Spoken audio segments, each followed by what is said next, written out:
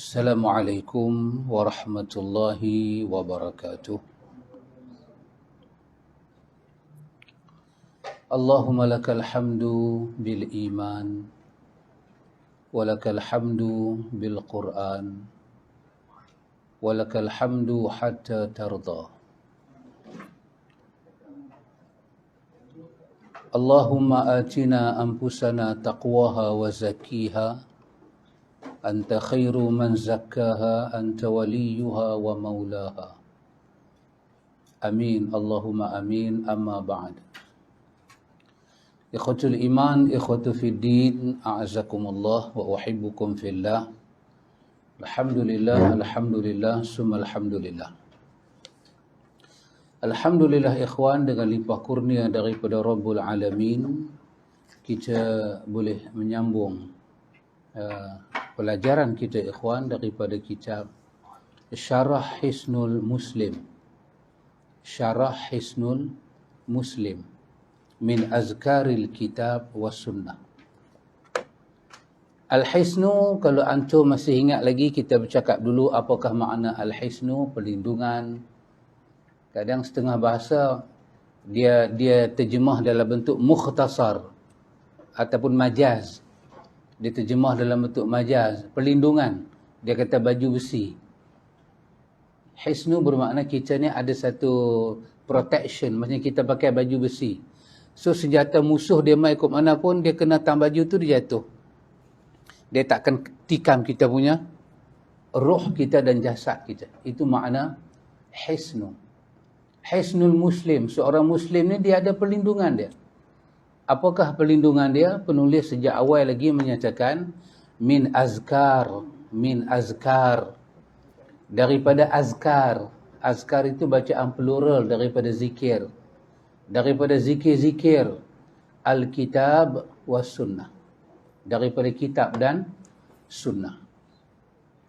Kita baca ni ikhwan, kita baca minggu pertama bahagian depan, minggu kedua bahagian tengah. Ini minggu kedua. Ini minggu kedua. Minggu pertama lah kita ni. So kita bahagian depan. Bahagian depan kita iaitu pada muka surat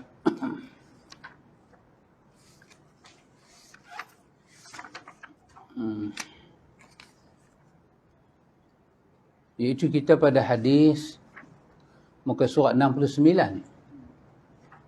Hadis Uqbah bin Amir. Hadis daripada Uqbah bin Amir. Baik, sebelum itu ikhwan, saya ingin menyatakan terlebih dahulu bahawa kita duk belajar ni pada ikhwan, kita duk belajar tentang apa yang Nabi baca, apa yang Nabi buat. Satu, kita nak masuk kepada sallu kama ra'aitumuni usalli. Kita nak masuk yang tu. Kita nak pergi kepada salat seperti Nabi salat. Kita tak tengok Nabi salat dengan mata, tapi kita melihat dengan ilmu. Lepas itu kita belajar. Ilmu, kita dapat ilmu ni ikhwan, kita kena sampai pada peringkat, kalau orang-orang lama dia bercakap, ilmu kita itu sampai kepada haqqul yaqin. Haq al-yaqin. Kalimah haq dicempuk dengan al-yaqin. Bermakna keyakinan kita itu benar. Haq, daripada haq jadi hakikat. Hakikat itu, sebenar-benar kebenaran itu apa? Haqqul yaqin. Kebenaran kita itu, dia muwafaqah dengan keyakinan kita itu, dia muwafaqah dengan kebenaran. Pasal itu selalu kita kata, wallahu ta'ala a'lam bis-sawab. Allah yang a'lam, paling mengetahui as-sawab, kebenaran dia. So kita disuruh belajar sampai pada peringkat kita nampak kebenaran itu, kita yakin. Dan yang kita yakin dengan kebenaran dia muafakat. Macam mana keyakinan dan kebenaran itu boleh muafakat dia dengan jalan an dalilin, dalil. Tanpa dalil, mana kita boleh wujud kemuafakatan itu? Tak kalau satu keyakinan, selama-lamanya lah satu keyakinan tidak dapat dibenarkan. Maka, al-jazmu al-mutabiqu lil-haqqi an dalilin. Iaitu suatu i'tiqad yang tetap, suatu i'tiqad yang tak berubah, jazam. Dia suatu jazam, i'tikad ini dia kena, keyakinan itu dia kena jazam. Dia mesti melalui satu proses, dia tak dapat digoyah. Jadi macam mana nak pastikan dia tak goyah? Maka dia kena muafakat dengan kebenaran. Dia kena adpa dengan kebenaran, dia kena synchronize. Jadi macam mana nak bagi dia sesuai dengan kebenaran? Maka di ujung tu dia kata an dalilin. Dalil lah akan susun dia. Kita duk percaya satu benda, duk percaya, tapi sampai hari ni kita tak ada satu dalil yang boleh memberi endorsement keyakinan kita. Bermakna keyakinan itu ada, tetapi keyakinan itu tidak selari dengan kebenaran. Yang tak selari dengan kebenaran, dia jazam lah macam mana, dia kukuh lah macam mana, dia tidak dianggap hak. Dia tidak dianggap hak. Maka kerana itu ikhwan, kita nak bagi sallu kama ra'aitumuni usalli. Kita nak semayang macam Nabi semayang. Masalahnya kita tak nampak Nabi, itu saja. Tetapi adakah Tuhan, kerana kita tak hidup zaman Nabi, Tuhan menghilangkan khazanah, ma'rifah, pengetahuan, pengenalan untuk kita semayang macam Nabi? Tuhan tidak menghilangkan khazanah itu daripada muka bumi. Bahkan ada ayat Al-Quran yang sangat dahsyat. Inna nahnu nazzalna zikra wa inna lahu lahafizun. Walaupun ayat ni turun tentang Al-Quran. Tetapi ulama tafsir kata, apa-apa yang mendapat endorsement di dalam Al-Quran, dia juga termasuk di dalam pemeliharaan itu.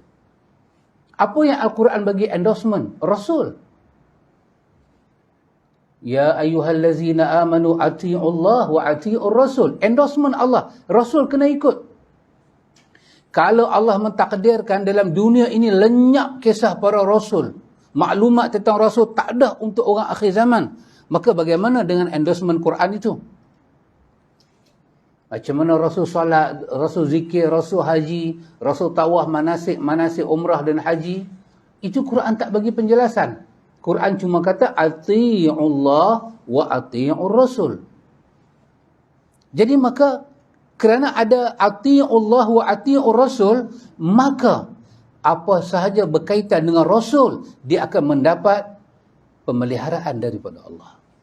Inna nahnu nazzalna zikra, kami yang menurunkan az-zikra Al-Quran, kami pelihara Quran. Dan kami pelihara apa yang berhubung dengan Al-Quran. Apabila kita belajar dalam ilmu tafsir, saya mula kuliah awal.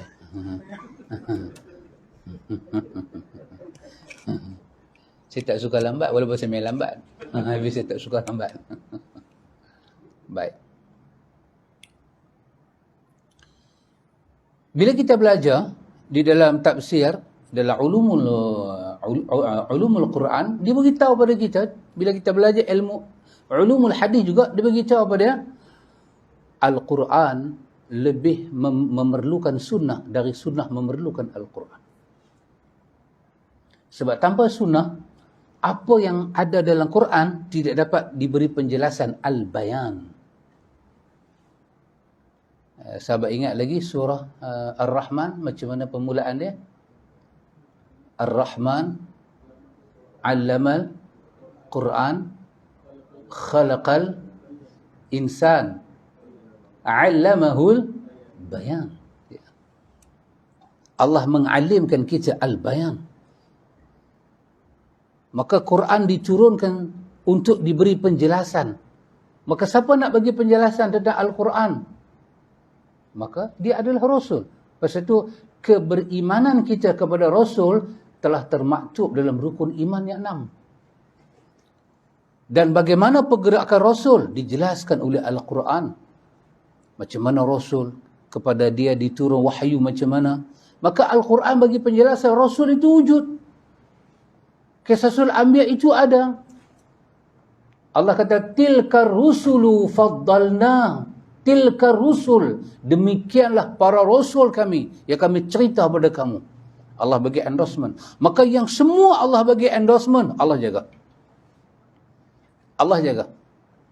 Walaupun secara zahir ayat ini diturunkan berkaitan dengan Quran, tetapi apa-apa yang ada hubungan dengan Quran, maka Allah pelihara. Termasuk perkara paling besar yang berkenaan dengan Quran apa dia? Rasul. Al-Hafiz Imam Ibn Kathir, dia tafsir ayat, Qul nahbitu minha jami'a, fa imma ya'tiyannakum minni huda, faman tabi'a hudaya fala khawfun 'alaihim wala hum yahzanun. Tengok, Al-Hafiz Imam Ibn Kathir kata, itu Allah berfirman, Qul nahbitu minha jami'a. Allah halau. Allah kata, kamu semua keluar daripada syurga. Semua.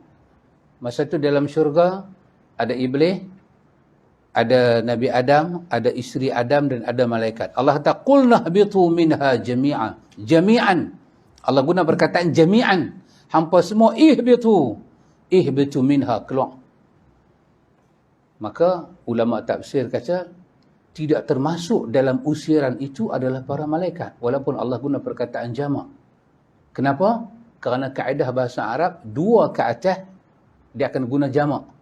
3 tu dah jamak. Plural. Maka, bukan nak merujuk kepada seluruh isi syurga, tetapi kerana Adam satu, Hawa satu, Iblis satu. Maka pasal itu Allah kata, ihbitu minha jami'a. Hampa semua keluar. Maka malaikat tak masuk dalam usiran itu. Keluar. Allah kata dekat Adam, tengok. Fa imma ya'tiyannakum minni huda. Apabila daripada aku datang kepada kamu petunjuk. Kamu kena ingat. Siapa yang ikut petunjuk aku ini, maka dia tak perlu takut dan tak perlu sedih. Al-Hafiz Imam Ibn Kathir kata, apakah yang Allah maksudkan daripada Allah kepada Adam akan datang petunjuk? Akan datang, fa imma ya'tiyannakum minni huda. Ya'tiyannakum, pasti akan datang kepada kamu, minni, daripada aku, al-huda, petunjuk. Al-Hafiz Imam Ibn Kathir kata, petunjuk Allah itu apa dia? Petunjuk Allah itu ialah Allah akan menurunkan kepada Adam Alkitab, dan Allah akan membangkitkan daripada zuriat Adam seorang Rasul. Itulah petunjuk Allah. Itulah petunjuk Allah. Dan itu Allah pelihara. Sangat pelihara. Diri Nabi, sifat Nabi. Quran memberi jaminan pemeliharaan itu. Ayat yang selalu kita baca, bagaimana Allah pelihara diri Nabi, akhlak Nabi, sunnah Nabi. Pada ayat ke-5 surah Qalam. Wa innaka la'ala khuluqin azim. Subhanallah. Pasal itu sunnah tak boleh bohong. Allah pelihara. Cuma jalan Allah pelihara sunnah dan jalan Allah pelihara Quran ada sikit perbezaan. Dia tak ada lah Quran palsu, Quran dhaif, Quran sahih, tak ada. Quran lafaznya mutawatir, maknanya mutawatir, berbeza dengan hadis. Tidak seperti Quran. Tetapi ada juga hadis dhaif, ada juga hadis sahih, ada juga hadis yang hasan, ada juga hadis yang palsu. Kenapa jadi demikian? Sebagai pembuktian janji Allah itu benar. Apabila cerita-cerita pasal Nabi tidak memiliki hujah yang kukuh, Allah kekalkan kalimah dhaif di atas muka bumi. Supaya umat tahu kekuatan untuk disandar kepada utusan Allah tidak kuat. Maka dia dipanggil dhaif. Lemah. Bila dia cukup muatan dia, cukup evidence dia, cukup segala-gala, rencah untuk menyatakan solid idafah. Ma udhifu ila nabi, kita nak idafah, kita nak sandar kepada Nabi kuat, maka dia dipanggil sahih. Inilah jalan pemeliharaan Allah kepada huda, petunjuk dia. Diturunkan kitab, dan bersama diturunkan kitab mesti ada seorang rasul daripada zuriat Adam yang nak membacakan kitab itu kepada umat. Allah memelihara, ikhwan. Jadi istilah kita duduk zaman lah tak boleh sembahyang macam Nabi, istilah ni tak benar. Ini istilah yang tidak keruan. Istilah daripada orang yang tidak tahu apa makna perlindungan Allah. Tak tahu. Dia tak tahu apa makna perlindungan Allah. Lepas itu dia, macam mana kita nak sembahyang macam Nabi? Kita boleh hidup zaman Nabi. Siapa biasa tengok Nabi? Angkat tangan. Siapa nak angkat tangan? Tentu dah yang angkat tangan tu bohong. Kalau mimpi tengok Nabi pun, mana boleh mimpi Nabi ajak sembahyang? Sebab dia dah ajak dah masa dia hidup. Tak mungkin dia ajak lagi dalam mimpi. Kalau dia mengajak kita dalam mimpi, bermakna syariat masa dia hidup tak sempurna. Dia kena menjelma dalam mimpi nak sempurnakan. Ini akan merosakkan firman Tuhan. Maha suci firman Tuhan daripada sebarang kecacatan, kekurangan pada lafaz dan maknanya. Apabila Allah berfirman, al-yawma akmaltu lakum dinakum wa atmamtu alaikum ni'mati wa raditu lakumul islama dina. Cukup, akmaltu, atmamtu.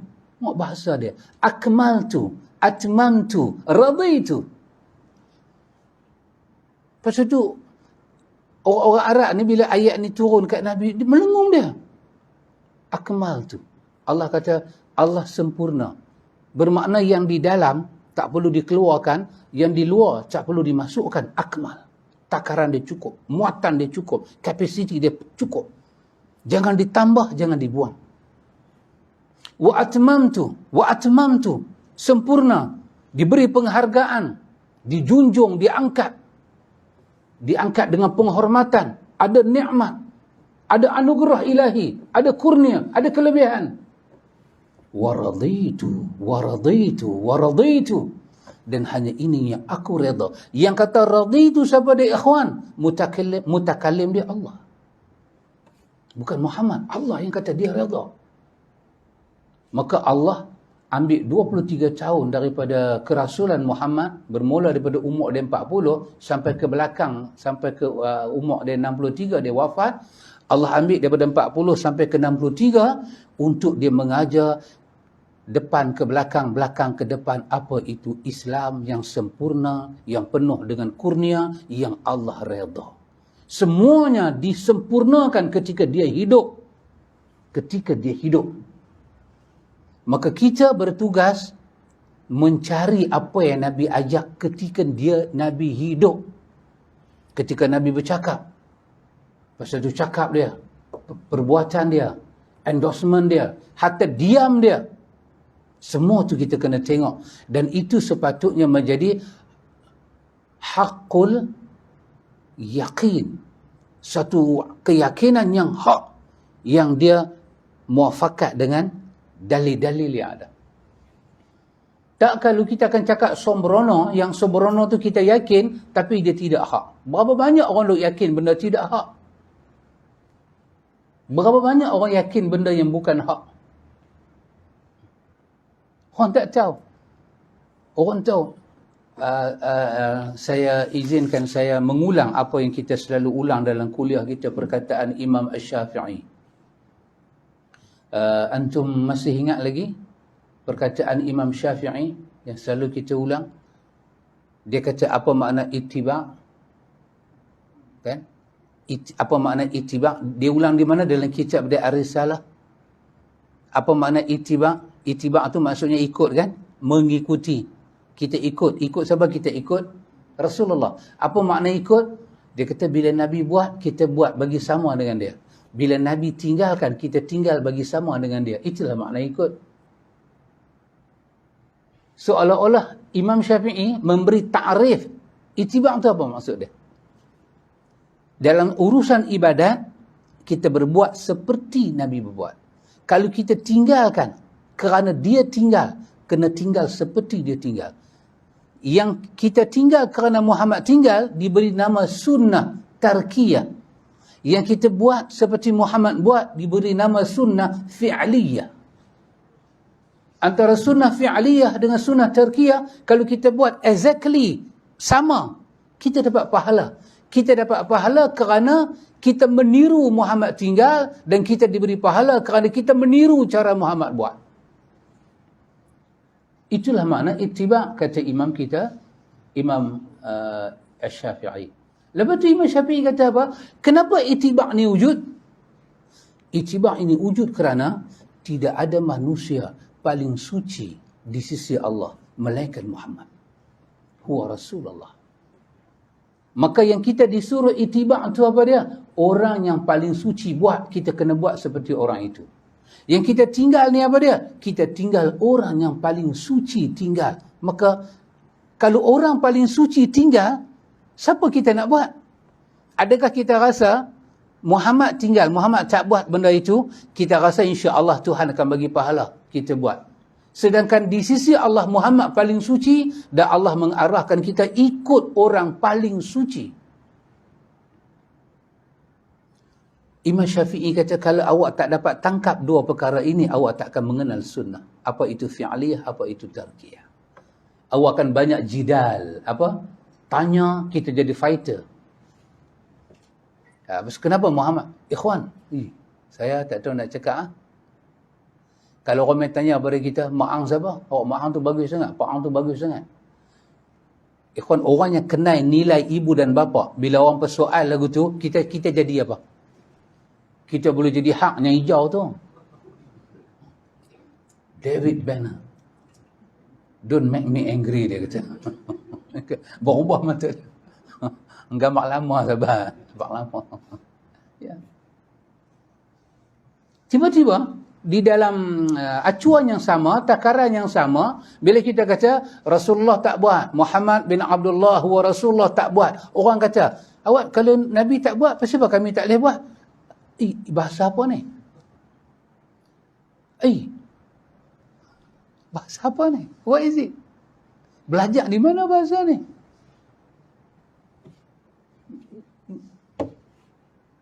Kita suka kat perempuan ni, kita masuk minta mak dia, mak perempuan tu lah bakal kita punya mother-in-law lah. Dia kata hantaran 2,500. Dia kata mas kahwin 2,500. Makcik siapa? Saya bukan nak menikah dengan makcik. Saya nak menikah dengan anak makcik. Yang makcik pergi cakap ni siapa? Suruh makcik main selotong. Suruh anak makcik keluar. Makcik kata anak saya tak keluar. Saya cakap, makcik siapa?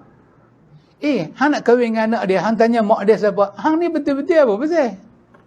Tahu kan nilai siapa dia tu?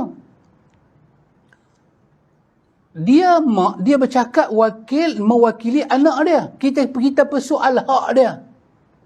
Dia bapa, dia jadi wali kepada anak perempuan dia. Kita persoal kewalian dia. Pasal apa pakcik? Pasal apa pakcik tergedik-gedik nak jadi wali ni? Saya ingat pakcik tu nanti masuk wak gila. Bukan dia ni, pakcik tu pening tak boleh nak jawab. Hang biar betul aku wali. Aku wali pasal tu. Kalau Rasulullah tak buat, pasal apa saya tak boleh buat? Huwa Rasulullah.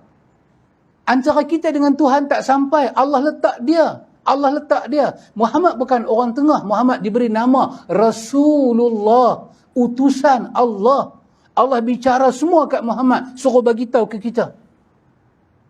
Dan Tuhan tak mau. Tuhan tak mau Jibril turun apa-apa wahyu kepada kita. Secara tidur ke, secara mimpi ke, yaqazah. Tuhan tak mau. No need. Tuhan mau hanya Muhammad. Tiba-tiba kita kata, Muhammad siapa dia?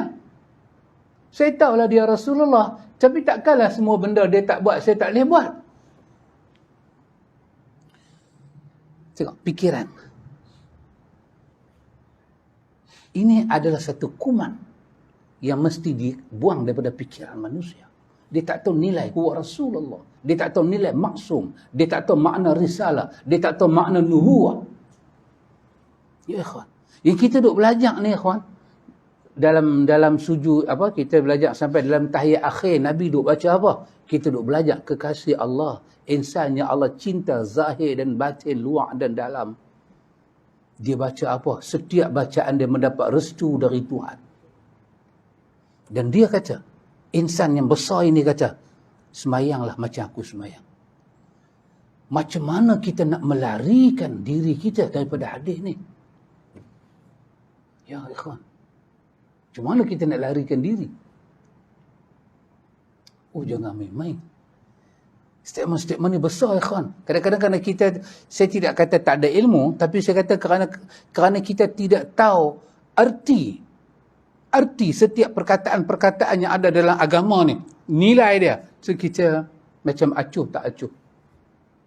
Di satu pihak kita kata dia Rasulullah, kita cerita kelebihan dia, kita angkat sunah-sunah dia. Di satu pihak kita macam jijik nak ikut dia.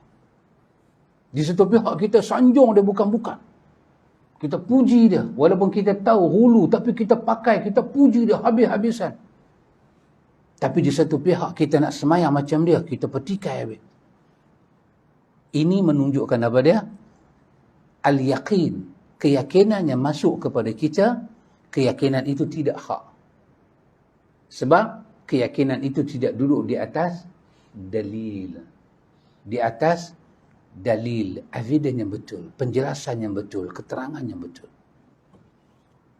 Subhanallah ikhwan, subhanallah. Ikhwan, kalau saya kata 1, 2, 3 perkara ni, saya rasa benda ni penting. Patut baca kitab kan, tapi saya rasa ni penting. Ini adalah manhaj. Lepas itu berkeluar whiteboard. Whiteboard ni ada pasal. Saya nak buat magic. Saya dah belajar magic.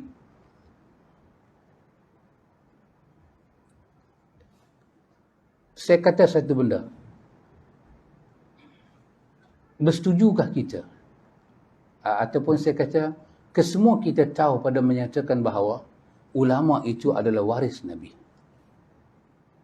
Kita agree tak dengan statement ini? Ulama adalah waris Nabi. Ya betul. Dalam riwayat Abi Daud, Tirmizi, Nabi menjelaskan benda itu. Panjang riwayat itu, tapi selalu diangkat yang di tengah itu.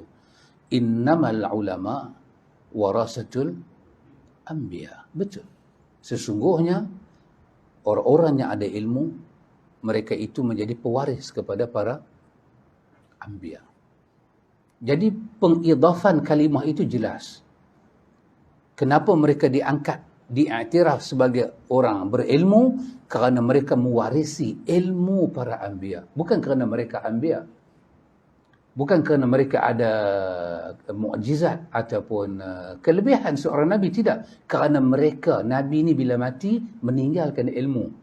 Dan orang ulama ini, mereka lah yang mengambil ilmu daripada Nabi dan mengajar orang kembali kepada ajaran Nabi. Maka mereka adalah pewaris para Nabi. Dan ini tidak ada khilaf saya rasa. Kesemuanya orang clear. 1. 2. Kesemua kita tahu pada menyatakan bahawa kelebihan ilmu dan kelebihan ulama ada. Ulama dianggap ulama kerana ilmu. Dan ilmu ada kelebihan dia. Allah yang memberi, yarfa'illahu allazina amanu minkum wallazina utul ilma darajat. Dalam mujadalah, Allah mengangkat martabat orang beriman dan orang yang berilmu. Allah letak iman depan, orang beriman depan, Allah bicara ilmu di belakang. Ya. Untuk bagi tahu kepada kita apa dia? Yang mengangkat iman menjadi tinggi adalah ilmu. Maka Allah mengangkat martabat orang beriman, dan orang yang beriman memiliki ilmu kepada derajat yang cukup tinggi berbanding orang beriman tetapi memisahkan diri dengan ilmu. Pasal itu setiap kali kita mai ke majlis ilmu ni ikhwan, apa ganjaran Allah bagi pada kita? Itu adalah kelebihan ilmu. Diampun dosa kita, mak pak kita, ikan dalam laut beristighfar untuk kita. Apalagi malaikat buka sayap, itu semua kita telah maklum. Kita tahu. Yang ketiga, kita semua tahu pada menyatakan bahawa ulama kita, ulama yang duduk pada martabat waris Nabi ni, yang mempunyai kelebihan, yang mempunyai fadilat ni, mereka berbeza pandangan di dalam beberapa hal ehwal hukum agama. Depa sama depa, berbeza. Kenapa mereka berbeza? Mereka berbeza kerana ilmu yang mereka miliki. Bukan kerana kejahilan, kerana ilmu. Ilmu membawa pada perbezaan. Cara faham, cara menilai. Ya. Orang bawa satu hadis, dia tak yakin benda tu hadis. Maka dia tak akan ambil hadis tu. Ataupun dia tahu hadis tu ada. Tapi cara dia faham hadis tu pula berdasarkan bahasa Arab, nahwu, balaghah, sastra ilmu Arab dan tempat dia duduk. Macam ulama-ulama India dengan ulama-ulama sebelah Mesir, kan? Ulama-ulama Arab ni lah kita kata dengan ulama sebelah Mesir. Mereka faham makna qullah. Dan ulama-ulama sebelah Melayu ni, dia faham makna qullah dengan ulama-ulama belah India faham makna qullah. Hadis yang sama. Tapi bila sebut qullah di tanah Melayu, apa maksud dia? Qullah masjid, eh? Qullah masjid, panjang dia berapa kaki, dalam dia berapa kaki. Betul? Tapi qullah di India bukan besar tu. Qullah di India yang dijunjung atas kepala orang. Bisa tengok gambar Hindustan? Hak lama lah, hak baru saya tak tengok. Hak lama-lama. Lama-lama kan dia perempuan mati menari tepi tasik. Sambil dia menari tu dia junjung macam apa? Buyung panggil kan? Dia buat daripada tanah tu kan? Yang tu qullah. Kalau kata qullah ini, dua qullah dia bawa dua tu. Itu cara ulama sebalik sana faham. Hadis yang sama. Bukan kerana mereka jahat ke, mereka nak selisih dengan hadis ke, tak. Kerana daerah yang mereka duduk itu ada dia punya lurah dia tersendiri. Maka cara mereka faham. Cara mereka faham itu menyebabkan mereka berbeza pandangan. Maka kita tahu pada menyatakan para ulama berbeza pandangan. Yang berikutnya kita tahu apa dia ikhwan. Kita juga tahu pada menyatakan bahawa syarat untuk menjadi syarat seorang ulama, dikatakan dia ulama, bukanlah syarat jadi ulama ni tidak salah. Kau jadi ulama kena ada satu syarat. Apa dia? Satu salah orang tak boleh buat. Tak, dalam Ahlussunnah tak ada syarat tu. Imam Az-Zahabi tulis kitab besar, ikhwan. Besar kitab dia, Siyar Alam An-Nubala. Besar, ikhwan, berjilid. Cerita tentang siar perjalanan orang-orang saleh. Dalam Siyar Alam An-Nubala, dia bercakap tentang kehidupan Imam Al-Ghazali. Masa Az-Zahabi bercakap pasal Imam Ghazali dalam Siyar Alam An-Nubala, dia kata satu perkataan yang menarik. Dia kata, Al-Ghazaliyu imamun kabir. Bahasa dia. Wa ma min syartil alim annahu la yukhti'u. Subhanallah. Dia kata, Al-Ghazaliyu imamun kabir. Ghazali imam yang besar, dia kata. Tapi kena ingat, dia kata. Wa ma min syartil alim. Bukanlah menjadi syarat untuk jadi orang alim. Annahu la yukhti'u. Dia tidak terlibat dengan salah. Ulama pun kadang-kadang salah. Kerana Nabi telah memberi isyarat, siapa yang betul ijtihadnya 2 pahala, siapa yang tersalah 1 pahala. Ya.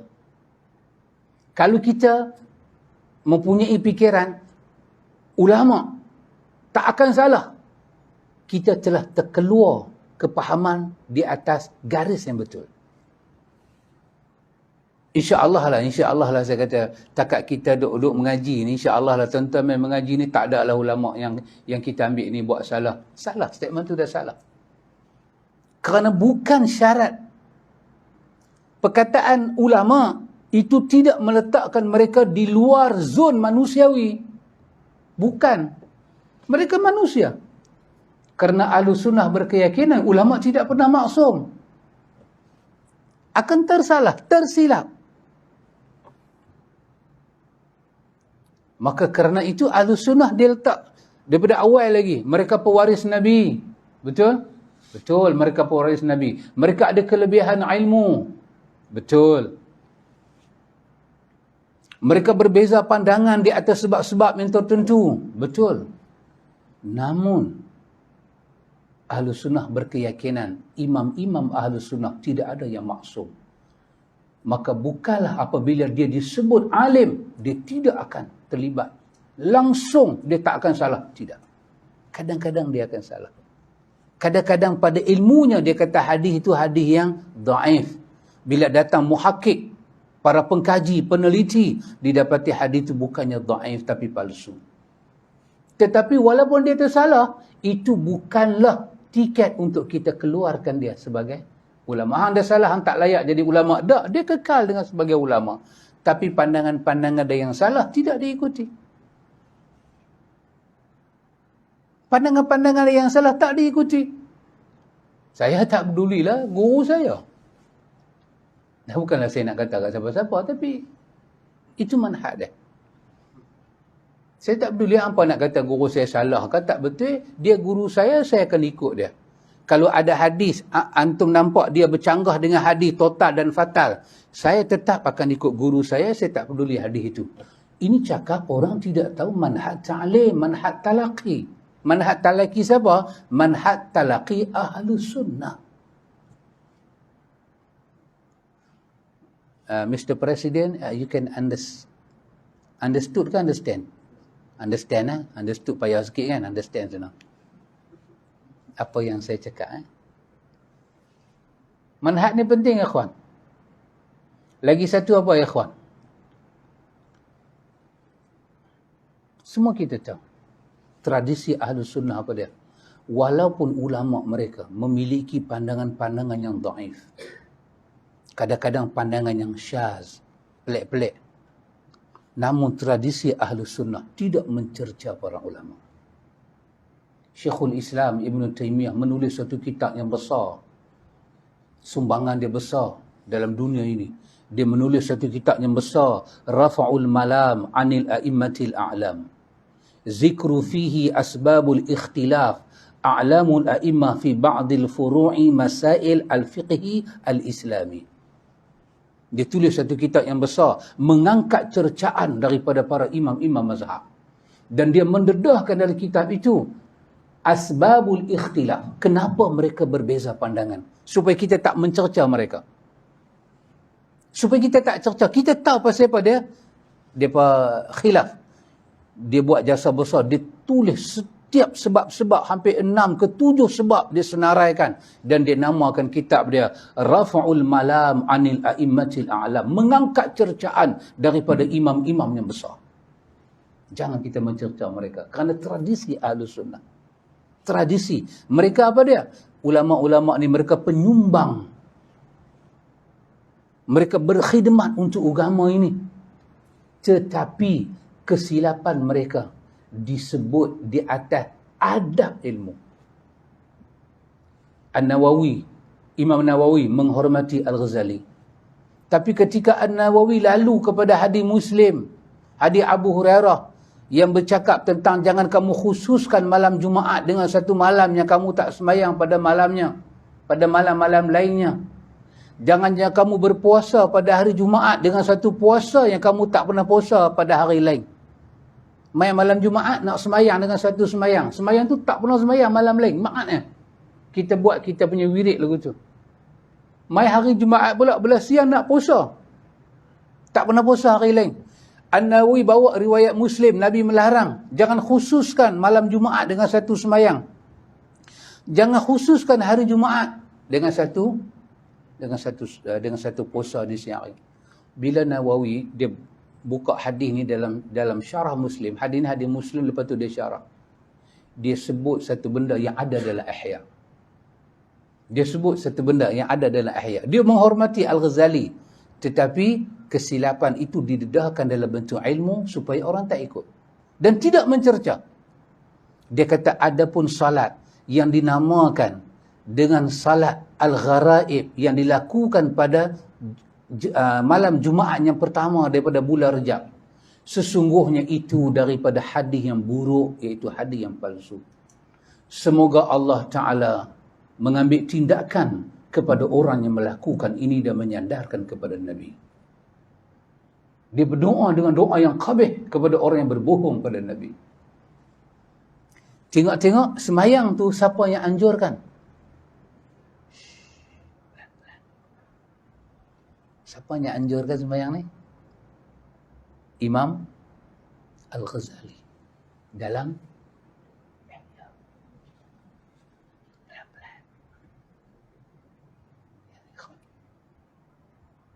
ingat balik Zahabi kata, Al-Ghazaliyu imamun kabir. Ghazali imam besar.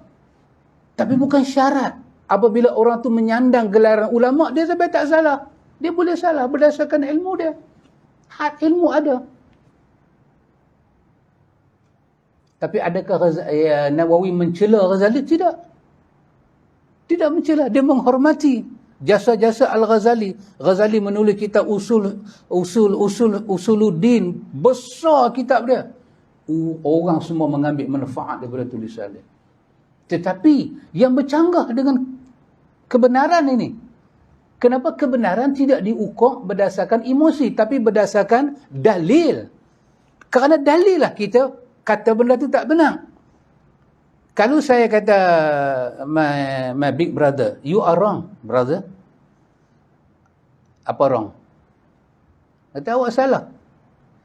Apa saya ada ukuran untuk kata sahabat saya salah?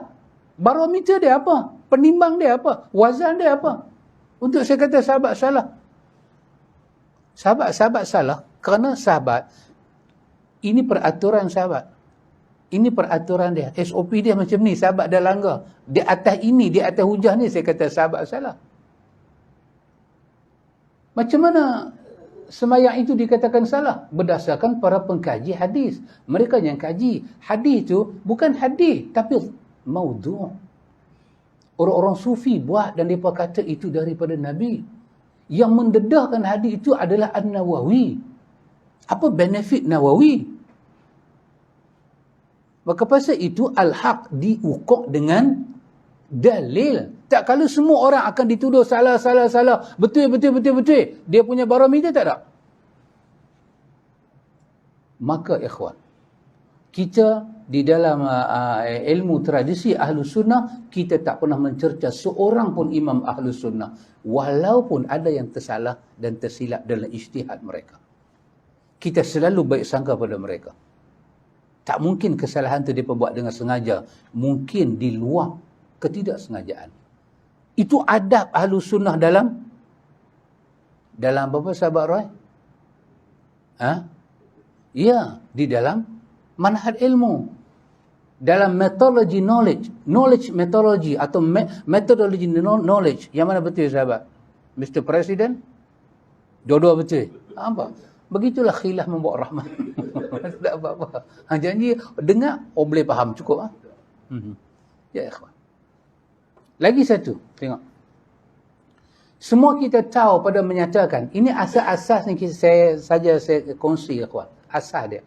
Semua kita tahu pada menyatakan bahawa tidak ada satu ilmu yang sampai pada kita malam ni yang tidak melalui lisan ulama. Tidak ada. Ada? Mana ada? Hadis, ulum Quran, fiqh. Ada satu perkataan yang menarik disebut oleh Imam Nawawi dalam Majmu'. Ketika orang mengkritik mazhab Abu Hanifah keterlaluan, lahirlah kata tunjang besar. Kata-kata ni dikeluarkan oleh Imam Syafi'i. An-Nawawi ambil kata-kata ni ketika dia syarah Al-Muhazab, dia letak dalam syarah Muhazab Majmu'. Ketika orang kritik mazhab Abu Hanifah dengan keras, ketika itu Imam Syafi'i dia masuk ke Baghdad, dia jumpa tokoh-tokoh besar dalam mazhab Abu Hanifah. Sampai dia kata apa? Ra'aitu Abu Hanifah fil Baghdad. Dia jumpa tokoh-tokoh Abu Hanifah yang besar, dia tak jumpa Abu Hanifah sebab mati Abu Hanifah, lahir Imam Syafi'i. Tapi dia menghormati mazhab Abu Hanifah, ulama Abu Hanifah, dia umpamakan seperti Abu Hanifah. Dia jumpa dia apa? Dia kata ra'aitu Abu Hanifah, aku melihat Abu Hanifah. Sebenarnya yang dia jumpa itu bukan Abu Hanifah, tokoh-tokoh besar, kerana dia hormat. Bila orang kritik berlebihan Abu Hanifah, lahirlah perkataan yang takjub, sangat dahsyat. Dia kata an-nasu fil fiqhi iyal Abi Hanifah.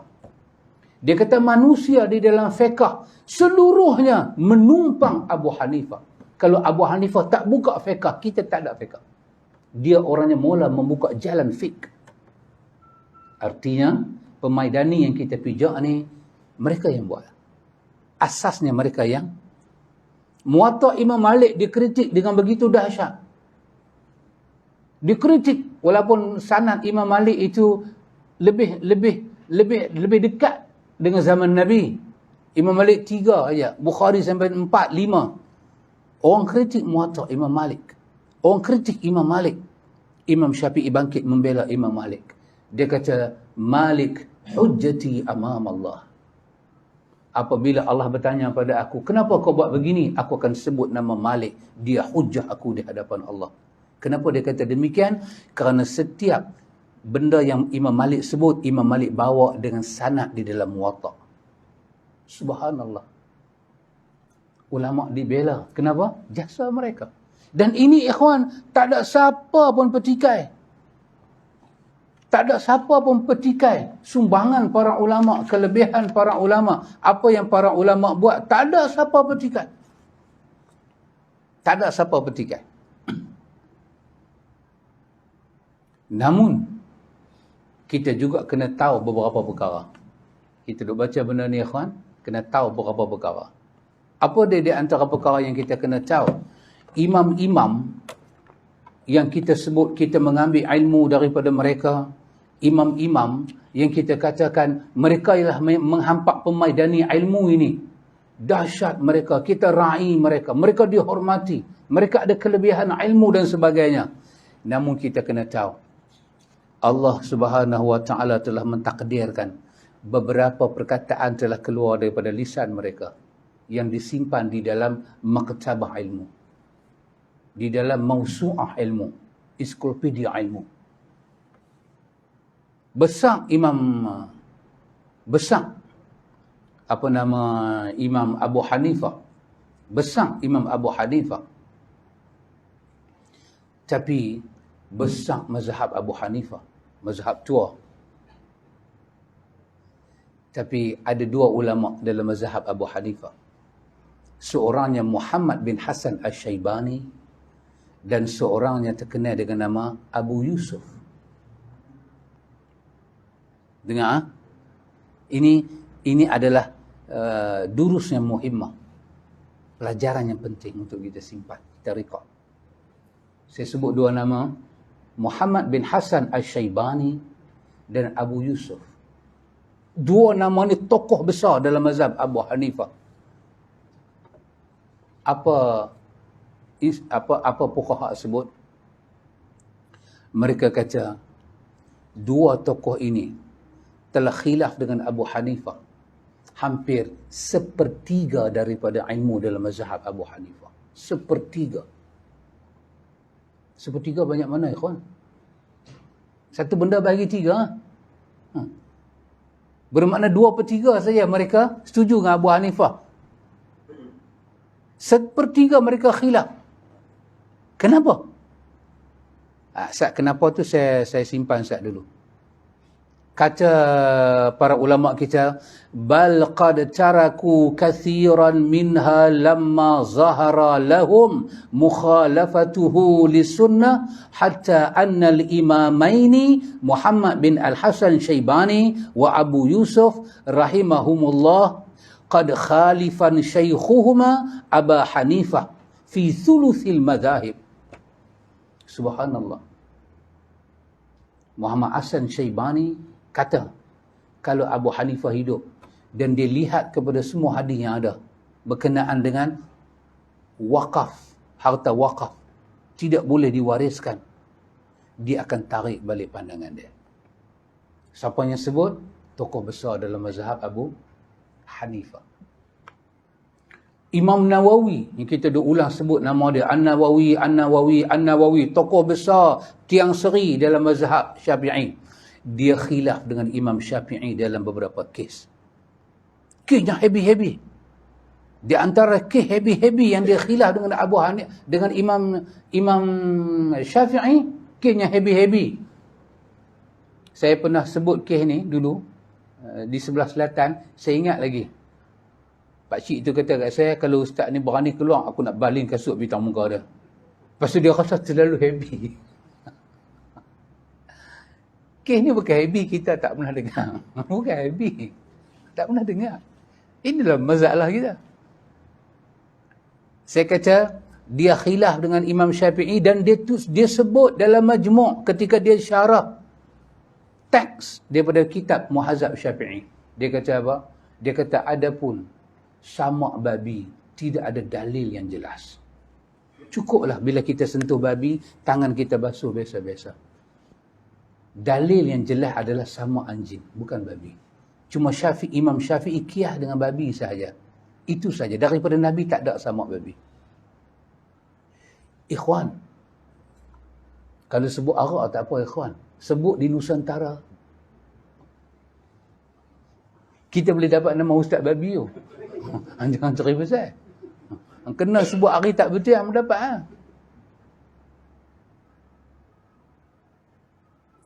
Isu pasal benda tu besar dekat kita, najis. Mughalazah. Ibn Rushdi menyebut pandangan Imam Malik. Ibn Rushdi mewakili mazhab Malik. Menyebut pandangan Imam Malik.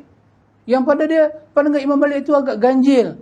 Imam Malik kata, kulit babi boleh disamak. Kulit babi boleh disamak. Tak ada siapa mencerca Imam Malik. Kenapa? Orang tahu dia imam besar. Jadi ada dalil dia. Mazhab, kata Muhammad Hasan Syaibani, mazhab Abu Hanifah, kulit babi tak boleh sama.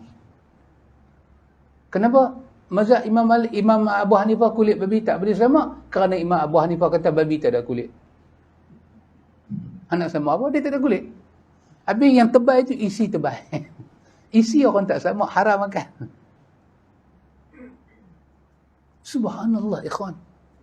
Mazhab Syafi'i, babi tak boleh sama, anjing tak boleh sama. Tapi yang saya nak bagi tahu, yang kita kata tokoh-tokoh besar dalam mazhab, mereka pernah khilaf dengan imam-imam besar mereka. Kenapa mereka khilaf? Dijelaskan oleh para ulama. Kenapa apa? Lamma zahara lahum mukhalafatuha li sunnah. Kerana apabila mereka lihat pandangan itu tidak bersesuaian dengan sunnah. Bukan kerana mereka nak buka mazhab baru, bukan kerana mereka iri hati kepada imam, bukan kerana benci, kerana mereka boleh selisih dengan imam, mereka tak boleh selisih dengan Nabi. Subhanallah, Muhammad bukan imam kita sahaja ikhwan. Muhammad adalah Nabi dan Rasul kita yang tak boleh diselisihi. Subhanallah ikhwan. Ini ikhwan adalah teks yang sangat penting kita hadam dan kita faham. Supaya kita tahu arah. Sunnah ke kanan, kita ke kiri. What is it? Tak. Saya tak mau kata ke siapa-siapa saya nak jadi orang baik 2022. Jadi orang baik-baik. Supaya kita tahu ikhwan. Supaya tak matilah fikiran kita dan fikiran umat. Jangan dibodohkan umat. Kesemua orang hormat.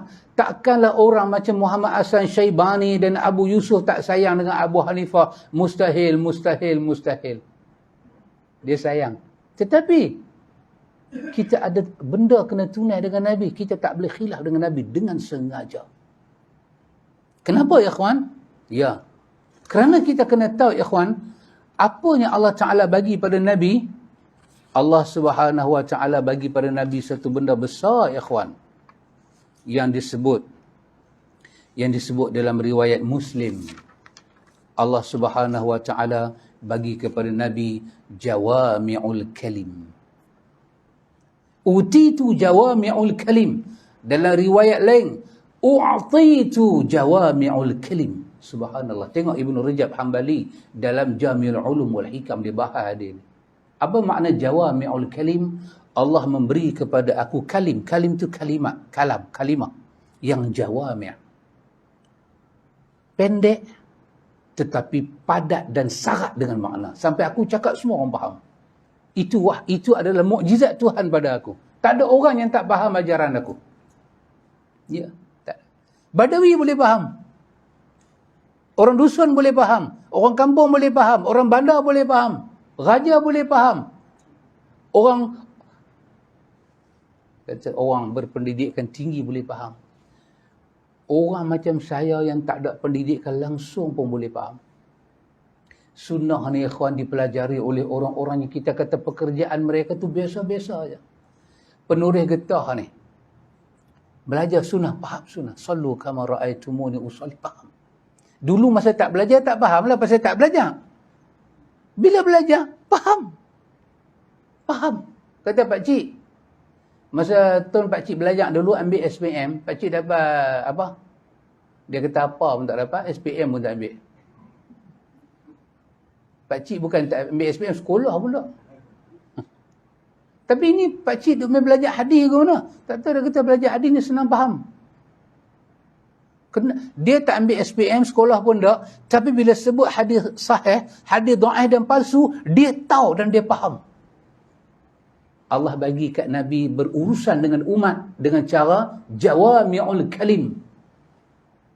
Ya. Kalau Nabi ke kanan, kita ke kiri, bermakna kita tak faham sunnah. Imam Ahmad meriwayatkan satu hadis yang sangat dahsyat. Berkenaan Umar Al-Khattab, daripada Umar Al-Khattab. Sayyidina Umar duk baca Taurat. Sayyidina Umar baca Taurat. Zaman Nabi duk ada Taurat. Merah muka Nabi. Tengok Umar. Sepatah. Hadis tu panjang. Saya nak ambil yang Nabi sebut sepatah. Nabi kata dekat Umar. Nabi kata Umar, "Lau kana Musa hayyan lattaba'tumuhu wa taraktumuni la dalaltum." Nabi kata Umar, andai kata Musa masih hidup dan kau ikut Musa dan Taurat dan kau tinggalkan aku, kau pasti akan sesat, Umar. Subhanallah. Ya. Maka kamu tidak ada wasi'ah, sa'ah, tidak ada keluasan untuk tinggalkan aku. Kamu tak diberi hukum luas untuk tinggalkan aku, melainkan kau akan sesat. Kamu bahagian umat aku dan aku adalah Nabi bagi umat ini, bukannya Musa. Nabi ke kanan, Musa ke kiri. Kita pakai ikut Musa, Nabi kita sesat. Apatah lagi Nabi ke kanan, siapa-siapa ke pakcik mana ke belah kiri, kita pergi tuntun pakcik tu tinggal Nabi. You think it's okay? No, it's not okay. It's KO. Secara kita fikir, pasal itu saya kata sunnah ni, kita tak perlu kita tak perlu so brilliant in so smart. Macam kita dah boleh faham. Sambil dengar lena sah, bangkit balik sah, mau tak lena 9.20, mai pun kat pukul 8. Pergi sembahyang pula, lambat pula. Pasti lambat lah. Whiteboard tak tulis lagi. Buku pun tak baca lagi. Tapi kita understood apa dia? Muatan yang kita bicarakan itu. Understood. Antum dan saya, kita selama kita duduk belajar ni, kita didedahkan dengan hadis riwayat Imam Ahmad, Abdullah bin Mas'ud. Hadis yang menjadi penyebab turunnya ayat 153 Al-An'am. Betul? Hadis itu bercakap tentang garis lurus. Ingat lagi hadis itu? Khatta Rasulullah sallallahu alaihi wasallam khatan. Nabi buat satu garis lurus, kata Abdullah bin Mas'ud. Nabi ambil yang dahan kering tu, digurih atas tanah satu garis lurus. Dia kata apa? Hadza sabilullah, ni jalan Allah. Ataupun hadza tariqul haq, ini adalah jalan yang benar. Lepas tu dah ada garis lurus, Nabi buat satu garis menuju ke arah kanan dan ke arah kiri. Nabi kata ini adalah subulus syaitan. Kanan dan kiri di sebelah jalan aku ini adalah jalan-jalan syaitan. Setiap jalan itu ada syaitan menyuruh kamu tinggalkan garis lurus ini. Nabi membacakan ayat 153 surah Al-An'am. Dengan serentak itu Allah turunkan ayat. Bila Nabi kata ini jalan Allah, Allah turunkan ayat itu. Wa anna hadha sirati mustaqiman fattabi'uhu wa la tattabi'u subula fatafarraqa bikum an sabili. Zalikum wasakum bihi la'allakum tattaqun. Subhanallah. Allah kata, dan inilah jalan aku yang lurus. Di atas garis lurus yang Nabi buat. Inilah jalan aku yang lurus. Fattabi'uhu. Kamu semua kena ikut jalan ni saja. Wala tattabi'u subul. Ya Muhammad garis ke sebelah kanan, ke sebelah kiri. Muhammad kata itu jalan syaitan. Yang tu kamu jangan ikut, kata Quran. Itu jalan syaitan. Jalan Muhammad yang lurus. Yang ini kata Allah. Wasakum bihi. Aku wajibkan kepada kamu. Aku amanahkan kepada kamu. Aku pesan dan aku wasiat. Dengan wasiat wajib. Jangan tinggal garis lurus Muhammad. Supaya kamu bertakwa pada Allah. Subhanallah. Ikhwan. Jadi, macam mana kita nak buat? Adakah kita nak letak Nabi tempat lain? Kita nak layan orang lain? Nahi. Kabi-kabi nahi. Tempagal he. Tempagal he. Gambar apa sahabat? Buat tak tahu apa? Mentah-mentah ada record. Kan? Kita baca dalam riwayat Bukhari. Dan riwayat Bukhari, perkataan yang sangat sederhana disampaikan oleh Abu Bakar As-Siddiq. Siddiqul Akbar. Ini adalah Siddiqul Akbar. Orangnya sangat benar dan Nabi kasih. Apa kata Abu Bakar? Aku takkan tinggal satu benda yang Nabi buat. Aku pasti akan buat. Apabila aku tahu satu benda Nabi buat, aku pasti akan buat. Kerana aku takut. Bila aku tinggal satu benda yang Nabi buat, an aziru, akhsha an aziru, aku takut dengan aku tak buat seperti Muhammad, aku akan jadi sesat. Siapa yang cakap demikian, ikhwan? Siddiqul Akbar. Mana ada kita nak sampai martabat Abu Bakar? Tapi itulah ucapan dia. Kita didedahkan dengan perkataan Umar Al-Khattab. Kita duk belajar ni. Masa bila? Masa dia tawaf, dia tengok Hajarul Aswad. Apa dia kata?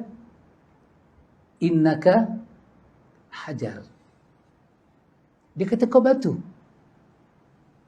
Kalaulah tidak kerana aku tengok Nabi kucuk hang, aku takkan kucuk hang. Subhanallah. Hang tak ada mudarat dan hang tak ada manfaat ke aku. Aku kucuk hang kerana Rasulullah kucuk hang. Aku sayang kat Rasulullah. Subhanallah. Kita baca dalam riwayat Muslim. Perkataan yang azim yang dikeluarkan oleh Anas bin Malik. Anas bin Malik kata, hari ini aku sangat gembira bila Nabi cakap macam ni. Nabi jawab soalan, satu orang bertanya kepada Nabi, mata sa'ah, bila nak berlaku kiamat ya Rasulullah? Nabi jawab soalan tu. Nabi kata apa? Ma'a'adadta laha.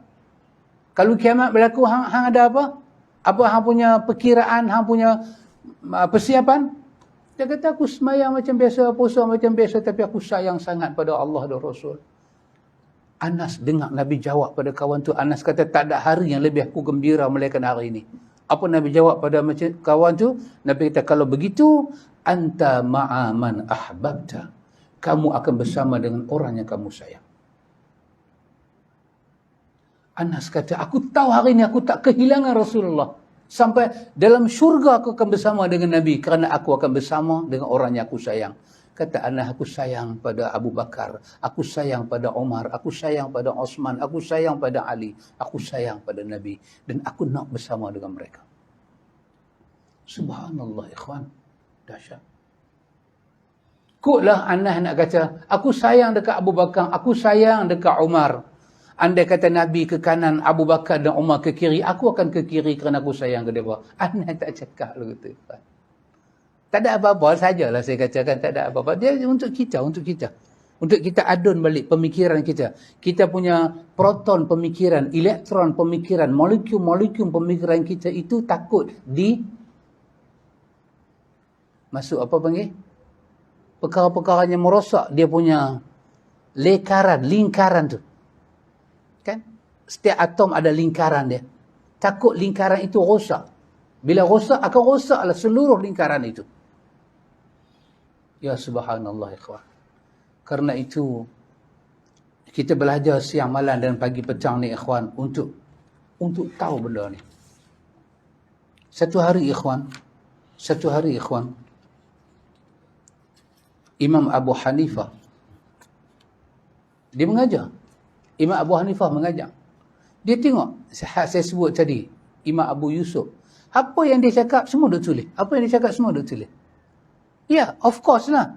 Pasal apa? Dia mengajar ni bukan biasa. Imam. Abu Hanifah Nu'man. Siapa tak kenal? Hibrul Ummah. Dipanggil dia dengan nama Hibr. Dia adalah dakwat umat Baghdad. Sampai orang Baghdad kata apa? Kalaulah Abu Hanifah hidup zaman Nabi dan Jibril buat turun wahyu, nescaya Nabi akan tanya Abu Hanifah, apa pendapat kau tentang wahyu ni? Boleh terima ke tak? Macam itulah punya taksub mereka. Kata mereka, Imam Syafi'i ni punya takut dekat Abu Hanifah. Tunggu Abu Hanifah mati baru dia beranak. Ini semua fudulul kalam. Apa dia? Fudul. Cakap lebih. Tak dapat kontrol. Fudul. Kan tarikh mereka kan? Mati Abu Hanifah lahir.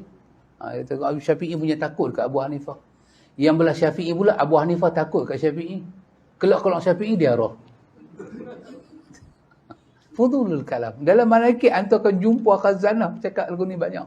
Yang kita tak boleh ambil sebagai perhitungan. Imam Abu Hanifah tengok Abu Yusuf duk tulis. Dia duk renung Abu Yusuf. Dia kita kalau mengajar orang tak tulis kita renung kan. Ambil tak tulis langsung. Kita renung. Imam Abu Hanifah dia renung pada kawan tu tulis. Dia duk pelik. Lepas tu dia kata sepatah. Abu Hanifah kata kepada Abu Yusuf. Abu Hanifah kata, la taqtu kullu ma sami'u minni. Dia kata Yaqub, nama dia Yaqub. Abu Yusuf nama anak dia kan gelaran.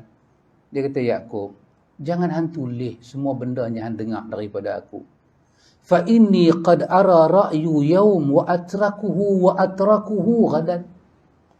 Aku ada satu pandangan hari ini yang kemungkinan besok aku akan tinggalkan pandangan itu. Wa ra'a ra'yu ghadan wa atrukuhu ba'da ghad. Yang aku ada pula pandangan lain besok yang aku boleh tinggal lusa. Tetapi tulislah apa yang aku sebut daripada Nabi. Aku tidak ada kelebihan. Tengok mereka mendidik anak didik mereka jadi apa. Kita sampai tak tahu nak didik orang jadi apa ni kawan.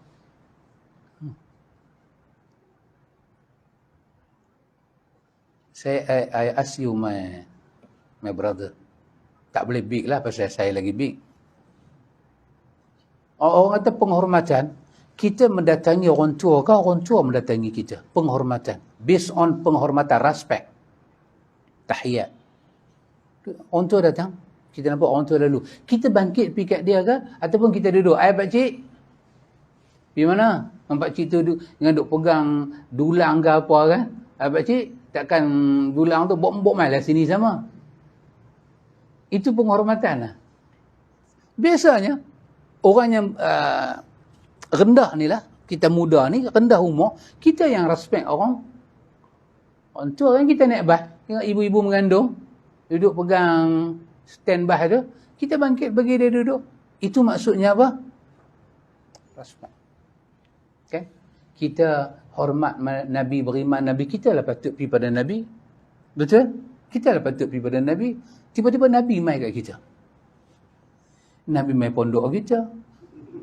Nabi mai rumah kita. Tahu macam mana Nabi mai? Tapak kaki, duduk pijak tepung. Nabi mai pula ketika blackout. Cerah Nabi tak boleh mai. Sebab semua mata Nabi, orang nampak Nabi. Siapa-siapa yang Allah tak izin mata dia nampak Nabi, artinya dia tak sayang Nabi, dia tak kenal Nabi. Peliknya.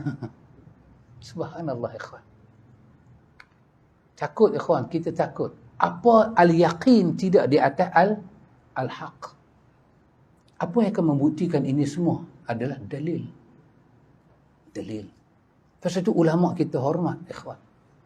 Tetapi bila kita mengubah tradisi, menghormati para ulama, bertukar menjadi benda lain, itu adalah tradisi yang salah.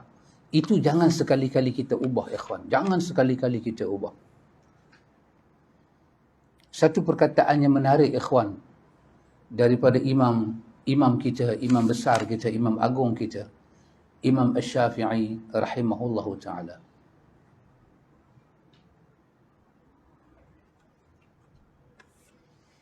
Ini sebagai akhir lah, buat akhir.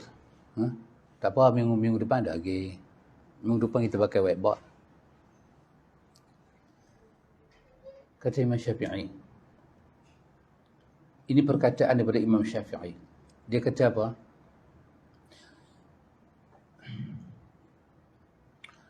Iza ra'aitumuni aqulu qawlan wa qad sahha 'anil nabi sallallahu alaihi wasallam khilafa qawli mimma yasih fa hadithun nabi sallallahu alaihi wasallam aula.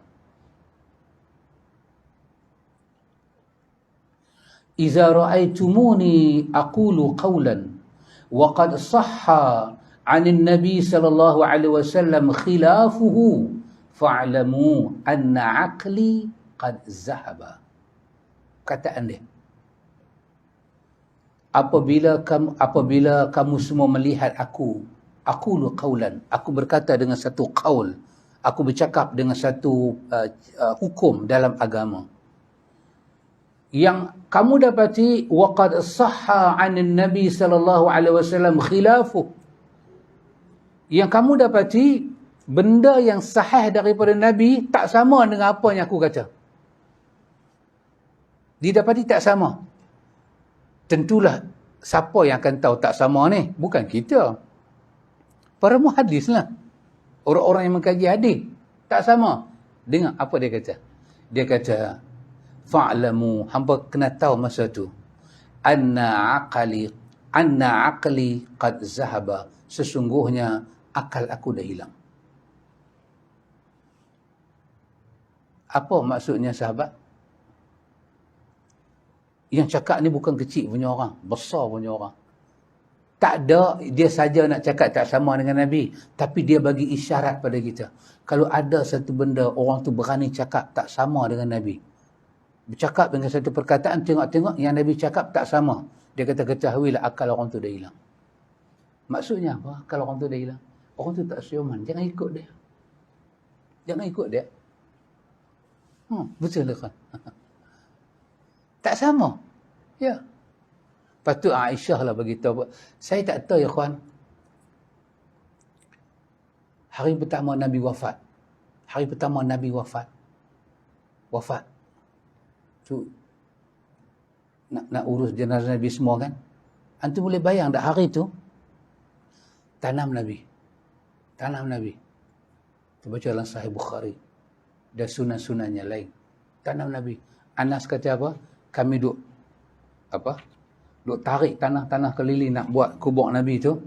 Kami ni tak ada nak ribah pasyak di tangan. Anas kata bila aku tengok mata ke langit Madinah, sedangkan hari itu siang, tetapi matahari dah hilang daripada Madinah. Dah gelap. Sedangkan dikebumikan pada waktu siang cerah. Saya tak dapat bayang, malam tu adalah malam pertama Aisyah radhiyallahu anha nak tidur seorang-seorang tanpa Nabi. Macam mana ayat mata dia turun rindu. Dan itu adalah malam pertama sahabat nak semayang dengan satu semayang fardu yang orang lain jadi imam, bukan Nabi.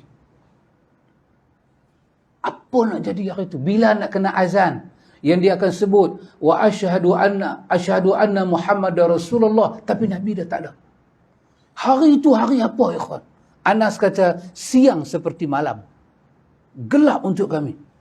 Sampai depa nak lalui satu masa yang depa boleh stand. Depa boleh terima Nabi dah tak ada dengan kita. Antum boleh bayang rindu Aisyah pada Nabi. Adakah dia rindu Nabi ni rindu olok-olok atau rindu betul? Aisyah radhiyallahu anha agak-agak dia rindu kat Nabi tu olok-olok ke betul punya rindu. Abu Bakar As-Siddiq, Umar Al-Khattab, seluruh sahabat yang mendapat gelaran Khulafa Ar-Rashidin, agak-agak hari tu dan besoknya mereka rindu kat Nabi tu, rindu olok-olok ke rindu sungguh? Bapak kita mati kemarin. Hari ni ayak mata kita duk turun tak habis lagi. Duk tengok gambar ada ayak mata turun. Sebut pasal ada ayak mata turun. Berapa hari nak boleh? Orang yang mati anak macam mana? Suami mati isteri, isteri mati suami. Kawan mati kawan baik. Orang yang 5 tahun, 6 tahun kahwin, tak ada baby, tunggu baby, tak tahu mati. Itulah seikhlas-ikhlas punya rindu. Namun tidak ada riwayat daripada Aisyah. Pada malam tu dia nampak Nabi secara yaqazah datang ke rumah. Tak ada. Orang inilah berhak dapat lihat Nabi secara yaqazah setelah Nabi wafat. Tak.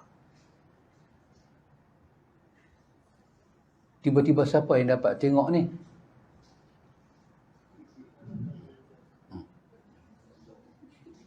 Tak perlu. Orang yang tak perlu pun tiba-tiba mendakwa. Tak perlu pun.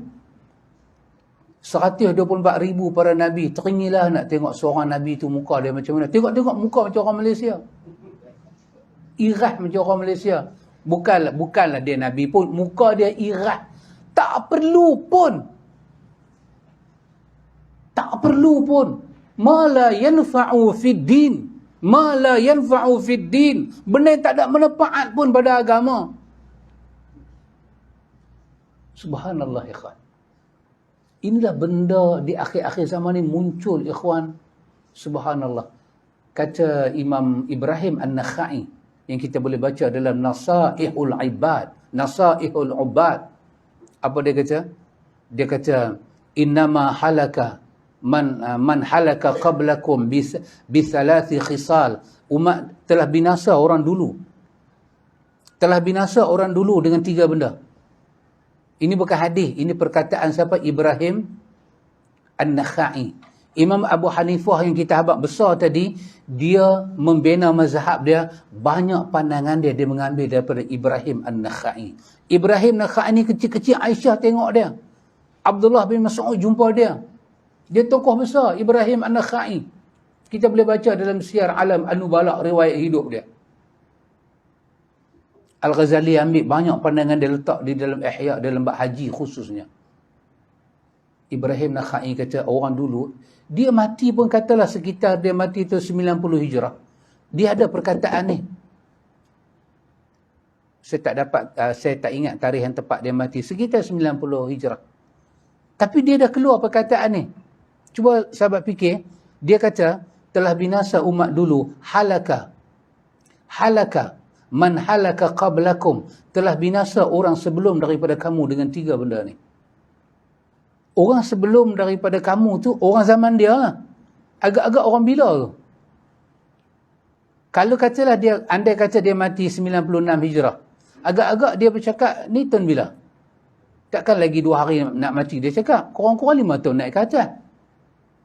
Tahun 90 Hijrah. Dia kata tahun 90 Hijrah, ini saja spekulit tahun, dia dah kata orang sebelum kamu. Sebelum kamu tu bermakna tahun bila? 80 Hijrah mungkin. Telah binasa kerana 3 benda ni, dia tak jaga. Apa dia Ibrahim Nakhai kata? Satu dia kata, bifudulil kalam. Kerana berlebihan dalam cakap, rosak dunia dan agama mereka. Lebih cakap. Dia bercakap benda yang tak perlu pun. Apa benefit dia untuk agama? Daripada 124 Nabi itu kita pergi nampak seorang. Andai kata kita nampak dalam mimpi betul lah, apa manfaat kita bercerita ke orang? Automatik orang akan tanya, Ustaz, muka siapa? Orang dekat dengan kita akan tahu. Habis tak ada bini kita. Bini kita pula ada kawan yang dekat. Akhirnya satu orang ni, apa benefit pada agama? Andai kata betul lah kan? Andai kata betul. Maka benda-benda lagu tu patut diam je. Tak ada manfaat pun untuk kuliah saya, untuk penambahan iman, untuk peningkatan ekonomi, penurunan COVID. Tak ada pula, dah 20,000 dah. Tak ada pun. Dan apatah lagi angka yang kata para anbiya 124,000 pula. Hadis tu pula bukan hadis yang sahih. Lagilah pula.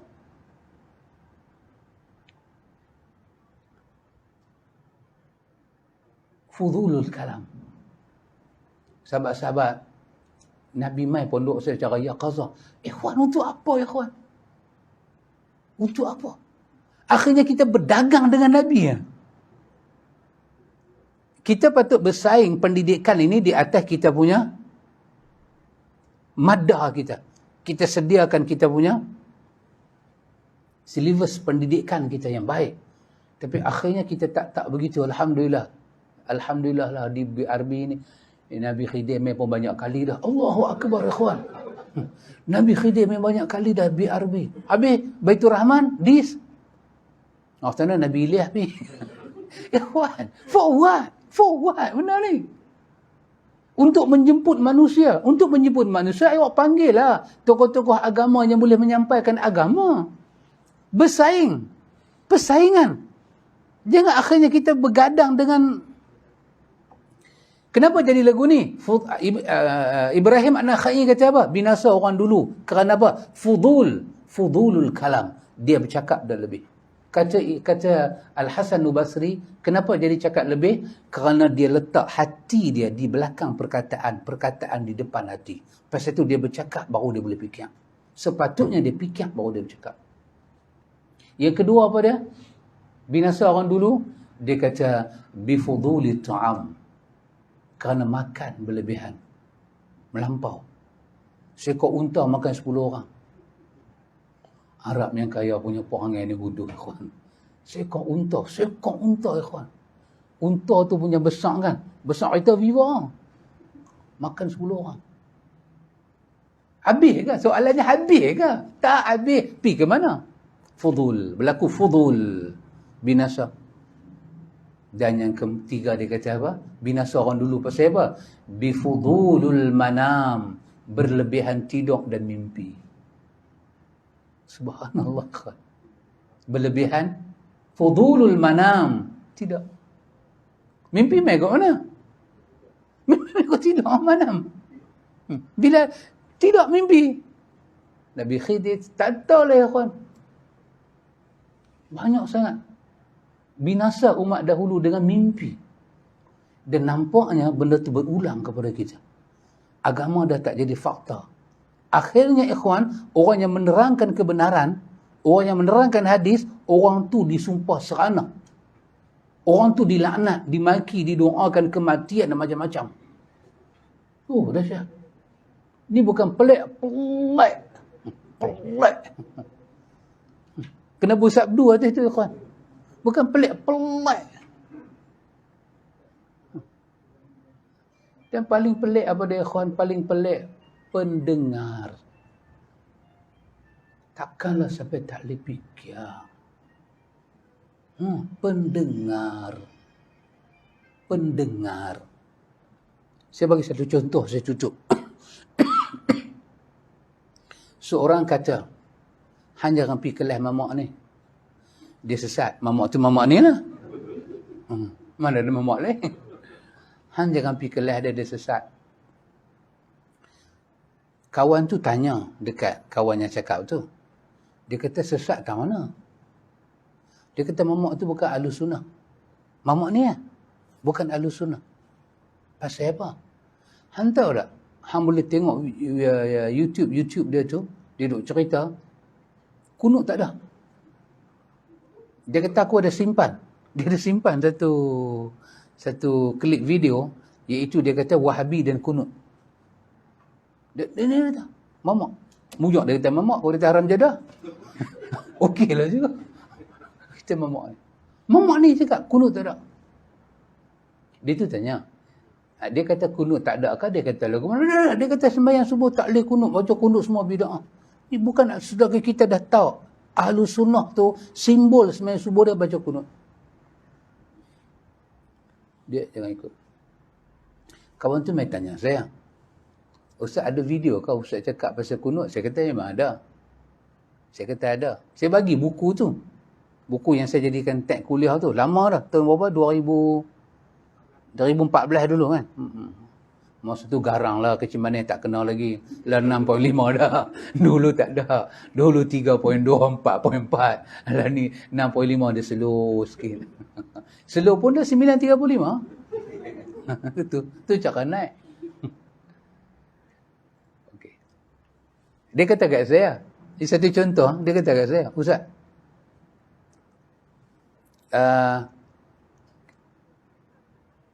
sembahyang subuh tak ada kunut. Saya kata ada, tapi riwayat tak kuat. Ada yang sahih, tapi lebih kepada nazilah. Yang kunut setiap subuh itu tidak ada satu riwayat yang jelas menjelaskannya. Sebab apa? Saya kata logiknya ialah sebab bila kita belajar sujud sahwi, kita sujud sahwi, belajar baca Fathul Bari, Ibnu Hajar menyenaraikan hadis-hadis berkenaan dengan sujud sahwi dan dia buat olahan. Nabi pernah sujud sahwi kerana semayang kurang rakaat. Betul? Betul. 4 dia semayang 2. Betul? Nabi pernah sujud sahwi kerana semayang rakaat lebih. Betul? Betul. Dan Nabi bagi cerita pernah tinggal tahiyat awal dan berlaku sujud sahwi. Dan Nabi bercakap dalam hadis, siapa yang syok, berapa rakaat dia buat? Nabi kata, ambil yang dia yakin. Itu nisbah kepada yang kurang. Tambah satu dah sujud sahwi. Tapi dalam begitu banyak hadis, tidak ada satu riwayat menceritakan Nabi pernah tertinggal kunut subuh dan sujud sahwi. Hadis tak ada. Hadis lebih rakaat ada. Hadis pasal syak ada. Hadis kurang rakaat ada. Hadis tinggal tahiyat awal ada. Tapi selama Nabi sembahyang tu, yang 4 dia pernah buat 2. Yang 4 dia pernah buat 5. Lebih lah. Nabi bagi salam tempat tak patut bagi salam. Nabi tak duduk tempat patut duduk dalam tahiyat awal. Takkanlah kekeliruan sebegitu banyak jadi, tangkunut tak pernah jadi keliru. Saya kata sahabat, logiknya begitulah. Sebab tak ada riwayat pasal kunut ni. Habis dia tanya saya, habis yang sujud sahwi tak kunut ni pasal apa? Saya kata ijtihad para ulama. Khususnya mazhab Syafi'i. Tapi tak ada ijtihad tu dalam mazhab Abu Hanifah. Dan mazhab Ahmad. Ada dalam mazhab Malik dan mazhab Syafi'i. Dan saya kata imam kita, Imam Ghazali agak ganjil dalam bidayah kitab dia. Dia kata, bila kita baca kunut subuh, Ghazali kata baca kunut subuh tapi tangan jangan angkat. Tak mau angkat tangan, luruskan tangan. Irsal. Sami Allahu liman hamidah, tangan lurus. Allahumma hdini fi man hadait. Siapa punya pandangan ni? Al-Ghazali. Maka saya kata, kalau kita pergi sembahyang subuh, kita tengok orang tu, dia mungkin baca kunut, tapi dia tak angkat tangan. Antara dia Wahabi bukan Ahli Sunnah dengan dia ikut pahaman Ghazali. Yang mana anda nak pastikan? Sebab sama. Kemungkinan anda tengok kunut tak angkat. Pasal Ghazali bagi pandangan begitu dalam bidayah. Dalam Hidayatul Bidayah. Mungkin dia ikut Imam Ghazali.